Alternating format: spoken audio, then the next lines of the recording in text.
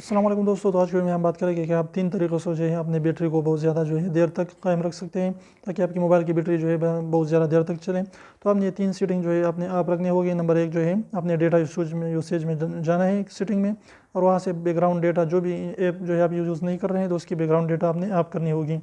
इसके अलावा जो है आपने वो आईफोन प्ले स्टोर में जाना है। प्ले स्टोर में जो है ऑटो अपडेट ऐप्स को जो है आपने ऑफ करना होगा, क्योंकि इससे क्या होता है कि उसकी ऐप्स जो है अपडेट होते रहते हैं, तो इससे आपका डेटा भी जो है खर्च होता है और आपकी जो है बैटरी भी वो कम हो जाती है, बैटरी भी जो है वहाँ पर जो है यूज़ हो रही है।